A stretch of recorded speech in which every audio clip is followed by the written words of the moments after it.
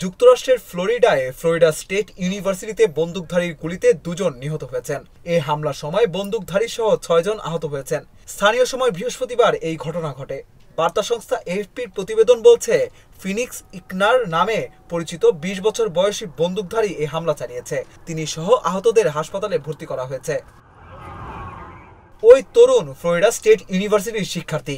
তিনি স্থানীয় ডেপুটি শেরিফের ছেলে।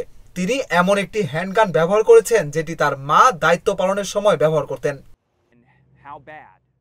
ফ্লোরিডা অঙ্গরাজ্যের রাজধানী তালাহাসি লিওন কাউন্টির শেরিফ ওয়াল্টার ম্যাকনিল জানান, বন্দুকধারী আমাদের বাহিনীর এক কর্মকর্তার ছেলে।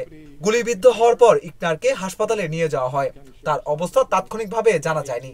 দুপুরের খাবারের সময় গুলির সাথে সাথে ক্যাম্পাসটি তালাবন্ধ করে দেওয়া হয়েছে বলে জানিয়েছে কর্তৃপক্ষ।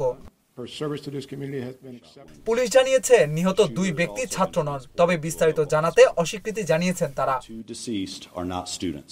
ফ্লোরিডা ইউনিভার্সিটিতে শিক্ষার্থীর সংখ্যা ৪০,০০০-এর বেশি। কর্তৃপক্ষ এরই মধ্যে সমস্ত ক্লাস বাতিল করেছে এবং ক্যাম্পাসে বসবাসকারী নয় এমন শিক্ষার্থীদের চলে যেতে বলেছে।